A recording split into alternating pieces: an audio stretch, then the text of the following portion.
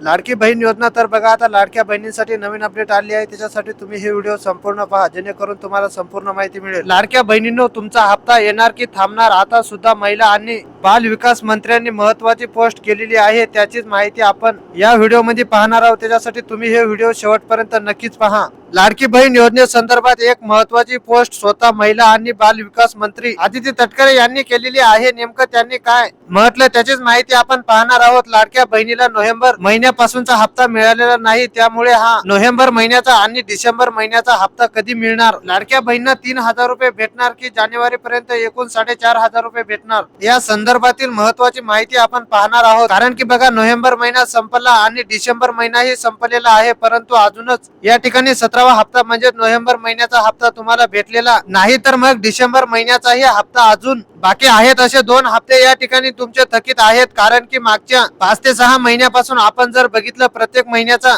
लाभ जो आहे तो लेट होताना दिसतोय। मग आता या ठिकाणी 2 हप्ते सलग या ठिकाणी थकीत आहेत। बघा, आतापर्यंत या ठिकाणी काही 2 हप्ते थकीत राहिलेले नव्हते, परंतु यावेळेस 2 हप्ते सलग थकीत राहिल्यामुळे मग तुम्हाला एकूण 3,000 रुपये भेटणार आहेत का, की पुढे जानेवारीचे देखील या ठिकाणी त्यामध्ये ऍड होऊन तुम्हाला 4,500 रुपये भेटतील? कारण की बघा, जानेवारी मध्ये देखील अजून या ठिकाणी आचारसंहिता लागू शकते। नगरपालिकेच्या निवडणुकाची आचारसंहिता जर आपण बघितलं 16 जानेवारी पर्यंत आहे, त्याच्यानंतर देखील पुढे अजून ज्या राहिलेल्या निवडणुका आहेत त्याची देखील आचारसंहिता जर लागली तर मग जानेवारीचाही हप्ता या ठिकाणी थकीत राहतो की काय, असा प्रश्न लाडक्या बहिणींना पडलेला आहे। त्याच्यामुळे मग या ठिकाणी डिसेंबरचे आणि नोव्हेंबरचे 3,000 रुपये भेटतील का? या ठिकाणी डिसेंबर असेल, जानेवारी असेल आणि नोव्हेंबर असेल, असे एकूण 4,500 रुपये भेटतील का, असा प्रश्न तुमच्या मनामध्ये आहे। त्याचीच माहिती आपण पुढे पाहणार आहोत। त्याच्यासाठी तुम्ही हे व्हिडिओ शेवटपर्यंत नक्कीच पहा जेणेकरून तुम्हाला संपूर्ण अपडेट पाहायला मिळेल। तर बघा, आता नोव्हेंबर, डिसेंबर आणि जानेवारीचा लाभ या महिलांना मिळणार की नाही अद्याप प्रश्न नाही, कारण की तुमची ई केवायसी जी आहे ती तुम्हाला प्रक्रिया पूर्ण करायची तुम्ही पात्र असाल तर एका वेळेस तुमचा लाभ होऊ शकतो। मात्र या ठिकाणी ई केवायसी न केल्यास तुम्हाला पुढे येणारे लाभ जो आहे तो त्याच्यामुळे अडथळा निर्माण होण्याची शक्यता असू शकते।